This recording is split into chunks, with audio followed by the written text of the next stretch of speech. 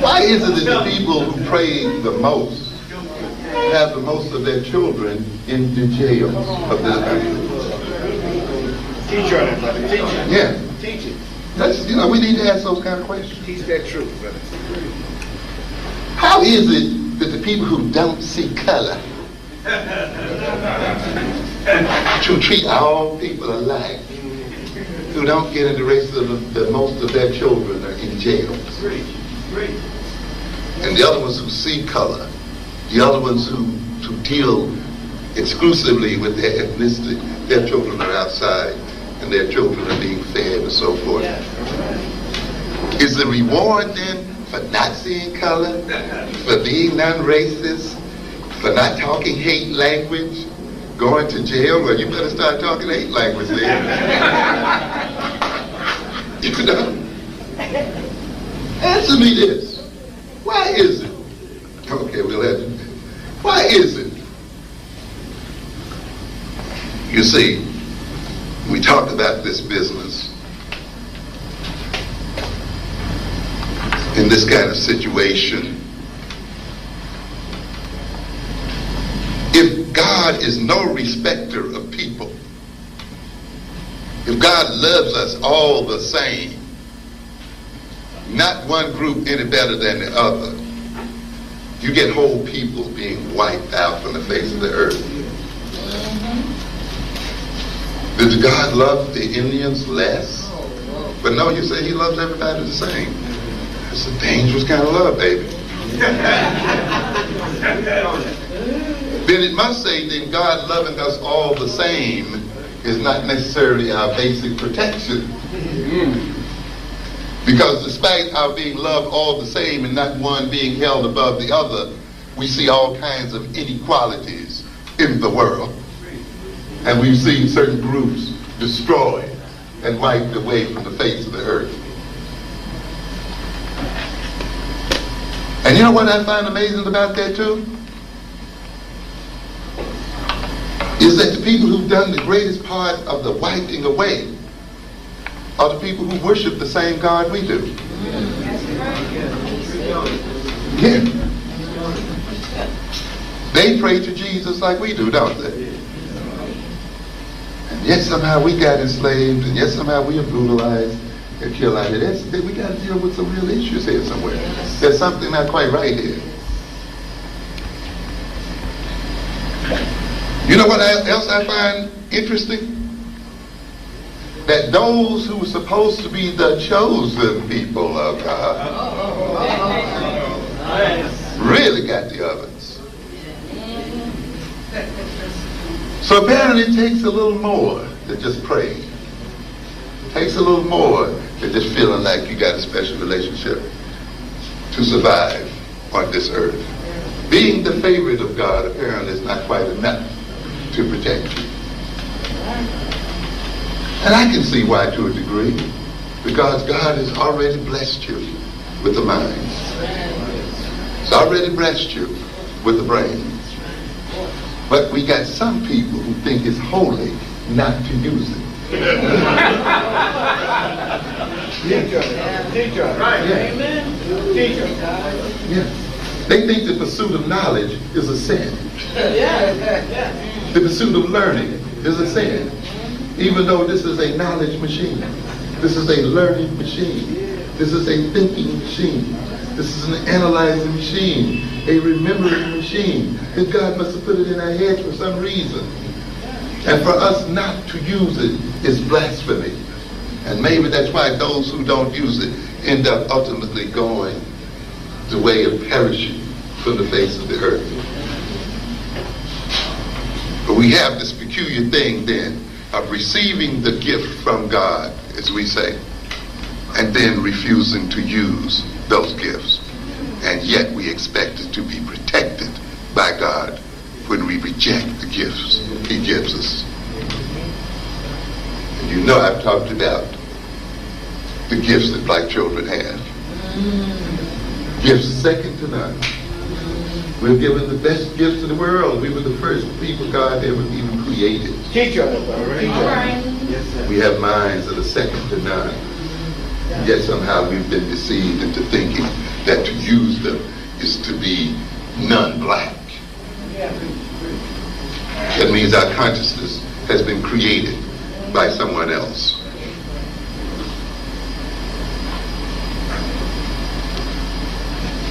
Consciousness then is a power. It's a type of power. How much power consciousness has depends upon its level and its organizational state and its functional state. That's why other people who want to use other people seek to control their what? Their consciousness.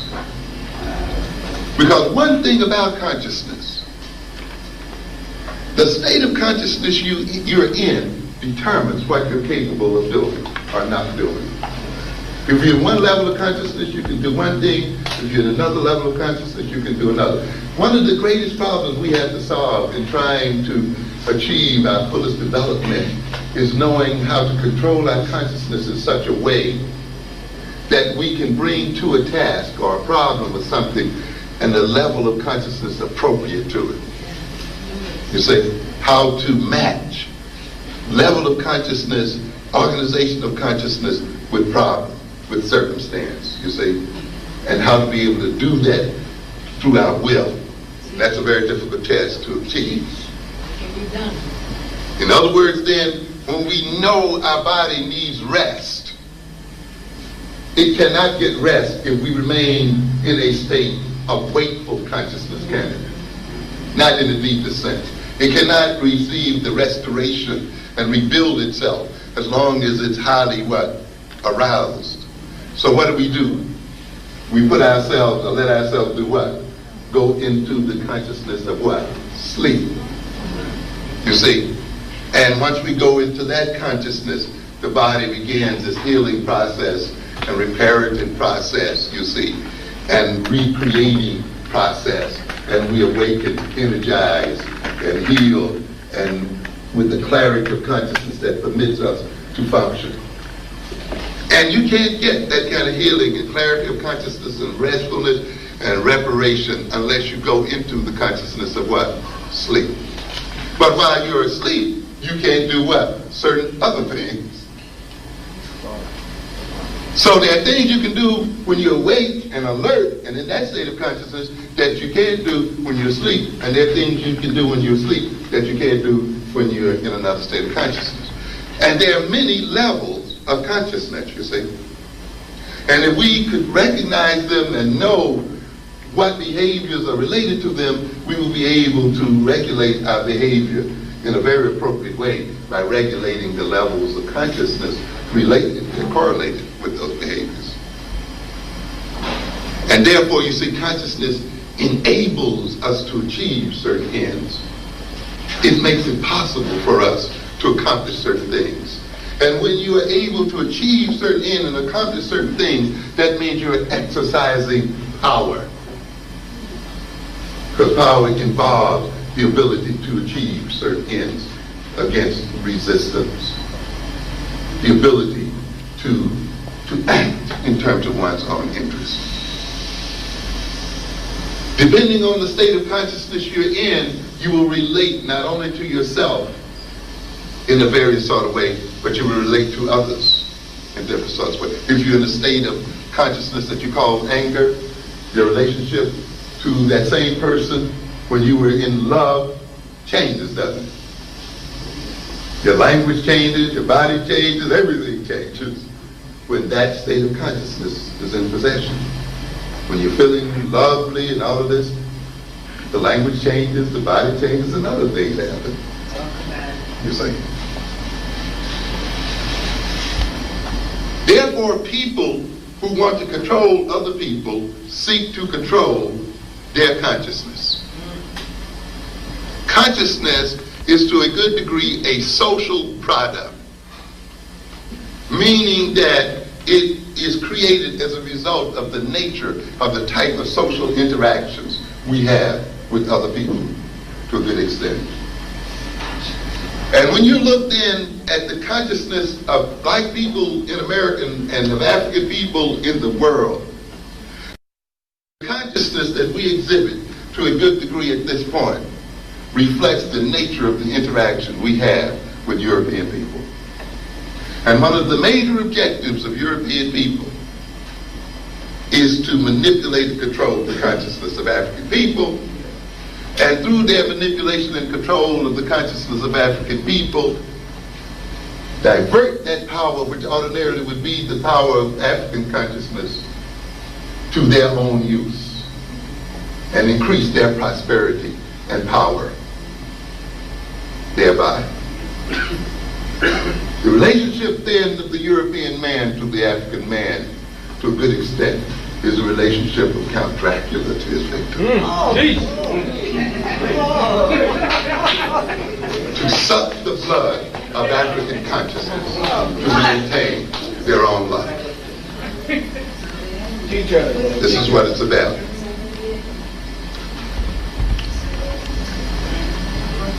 Let's be a little more concrete. I see consciousness as being composed of at least three elements: contents, and what I call instrumentalities, and directional organizational factors. What do we mean here? Consciousness contains things: knowledge, perceived knowledge, beliefs, opinions, our conditioned emotions, our conditioned behavior, behavioral orientation, our perception of ourselves, our worldview. Consciousness also has in it our unconscious drives and motives. We are driven by things we're not even aware of. That's part of our consciousness and the moods we are in. Consciousness also contains what I call the methods of information processing. See, it's not enough just to have knowledge and facts and beliefs and have them exist in your mind. That's sort of a static type of thing. You also now must find some way of using the contents of your mind. And you put them to use by processing them through using the instrumentalities of reasoning and thinking. You think about what you know. You organize what you know to solve certain problems. You bring pieces of knowledge and information together and organize that knowledge and information in a way to solve a problem. You recall information. You act in terms of what you believe. You use logic, critical analysis, deductive reasoning, inductive reasoning. All of these are means by which we work on knowledge and information and work on our perception of the world as we see it. Analogical thinking, conceptual thinking. We look at events that are going on in the world and we abstract a rule. But every time this happens, that happens. And we can even put it in an equation of some kind. X plus y leads to this, or x squared plus this, which can describe phenomena that occurs in the real world. It means we have abstracted from what we see in the world a rule, you see, and set of rules. We infer from what we see about things we do not see. We look at the implications of things. We use what?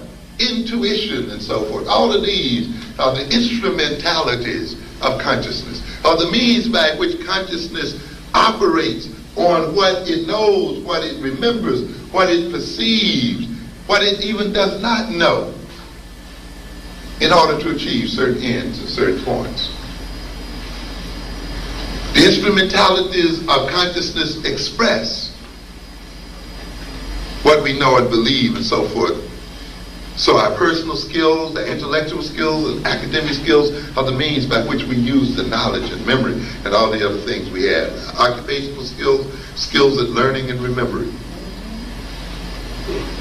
The other aspect of consciousness is what we call the directional aspect. It's not enough just to have the skills to process information. You see, and to organize it. You got to organize it for a reason, to achieve a particular point, to satisfy some value, some wish, or some need. You see, I was looking at a discussion here the other evening with a very esteemed public intellectual who apparently had the capacity to reason and think very well. He's been educated in philosophy. and who has apparently a good deal of knowledge. They were supposed to be talking about alternatives to black problems and black leadership. And I didn't see one black problem discussed at all during that little 2 hours. No issue confronting the black community was dealt with at all. Oh, but there was plenty of reasoning. There was plenty of knowledge being displayed there and so forth. But nothing in the sense of applying it to the end of liberating black folk. Applying it to the end of gaining freedom and enhancing the quality of life of black folk. You see, so even though you may have the knowledge and the content, even though you may know black history, even though you may know African history, it's not quite enough yet. Even though you may have the logical skills, it's not quite enough yet. You have to value African people. You have to value African liberation. You have to value African people being empowered and free and self-sufficient and doing for self. That has to be a value, so that when you think and when you process what you know, using logic and abstraction and so forth, it will be processed under the direction of trying to achieve those values, so that you are thinking for a reason, not just to be thinking, not just to be displaying knowledge, but you're engaging in the process of the information to achieve a particular point. So therefore, our desires and our needs and our values and our interests and aspirations and ideals and sense of purpose places a whole direction and purpose on our consciousness, and it organizes our consciousness so that it motivates us to know what instruments we are to use and what knowledge we should use to achieve what end. Okay, hang in with me here. Don't go to sleep on me yet. Because now we're getting to the point of what we mean when we talk about the falsification of consciousness. Because I want you to see exactly how our consciousness is falsified, in what ways. Now you can see those 3 levels: content, instrumentality, the capacity to process information, to process the content of our minds, and what? Values. You see, when you decide, men, that you're going to get rid of the white man as a power in our lives, and that's a very valuable goal for you. You know, it's a very valuable goal. What you do usually when you say, this is my goal, you start then to run an assessment of your capabilities, don't you? How capable are we of achieving this goal? What kind of knowledge must we have to accomplish this goal? What kind of information must we gather and make a part of our minds and the store of our knowledge in order to accomplish this goal? This is our goal. We want to be free of being ruled by white men. Okay? Now once you kind of get that together, what kind of mental skills must be what? Developed in order for us to use this knowledge and information to accomplish this end. Do we think abstractly enough? Because these people are very abstract thinkers. Do we think analytically enough? Because their hallmark is analytical thinking, isn't it? Do we think conceptually enough? Because we got to do what? We got to outsmart them. We got to outthink them. You see? And when we look at ourselves and say, well, our thinking skills are not what they should be and not up to that task, then we recognize we got to go to thinking school, haven't we? We got to go where? And learn and develop. See, that's what a value will do for you. It will say, look, if you want to get this, you better sharpen up this skill, you better develop that skill. Do we know how to sit down with other men for 2 or 3 hours or 4 or 5 hours and really think and plan together? Do we know how to stay focused on the subject matter so that we can get something done? Can we subdue our egos and so forth long enough to solve the matter? That we can can do it, so we can get where we want to go, then we got to learn it if we don't, you see. And we got to keep that goal upmost in mind so that it can always help us to get back on task. You see? But you see, if you have no goals other than going to work, eating something, drinking beer, getting sex, then no wonder you can't think. There's no need for thinking and developing thinking skills. If you're addicted to sex and drugs, what do you need to think for? Yeah. If you're satisfied working for a white man on a low-wage job, even a high-wage job, what do you need to think about how to create employment for yourself? How different, I tell people, when we see people go to school, we all go to school with one assumption, that the white man got jobs out here for us, and all we need to do is qualify for us. Well, the white man doesn't have the jobs out here for us, and he hardly has the job for himself. How different would our education be if we went to school to learn to create jobs for ourselves? How different would our curriculum be if the purpose for our going to school was not to work for white folk, but to work for ourselves and to create jobs for ourselves and to create wealth for ourselves? How different the content of courses would be that we take and so forth. You say, it's not about lowering standards. It's not about changing standards and the way these people talk about it. Teach. You say, it's about building up the appropriate standard. It's not about unequal education. It's about what? Appropriate education. It's about looking at the goals of your nation and looking at the goals of your community and deciding what kind of education you need in order to achieve those goals. But the kind of education we're getting today has the goal of working for white people and forever being the white man's servant and slave in some form or another. And therefore we get a servant's education and a slave's education. And when he has no need for further servants or slaves, he doesn't educate us at all. And that's what's going on at this point. Because now he's hiring across the world. Now he imports the workers that he needs. And consequently, he's disinvesting the education of black people in America. And consequently, if you do not engage in the education of yourself and determine what your education is, if we are not engaging our children to make their own jobs and to make their own world, we are not going to be around much longer as a people. This is what this is about.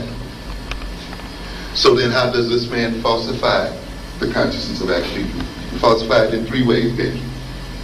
You can falsify it by giving people false contents, false history, false knowledge, irrelevant knowledge. You see, since we said that consciousness contains that, doesn't it? Yes. So even if you can think well, even if you have the capacity for great logical thinking and analytical thinking, if you are using and applying those thinking processes to false information, you're still going to come out to a false end. Okay? And so therefore, one of the first ways our consciousness is falsified is that we fill our minds with irrelevant knowledge or no knowledge at all, or false knowledge, false beliefs, false wishes, all kinds of fantasies. We're going to live together in a raceless world. We're going to live together in a classless world. Negroes sitting around waiting for the classless society to occur. Waiting around when all people are going to live as one. You keep waiting. You won't be here to see it. Oh, we may get a raceless society one day, but you might not be one of the races enjoying it.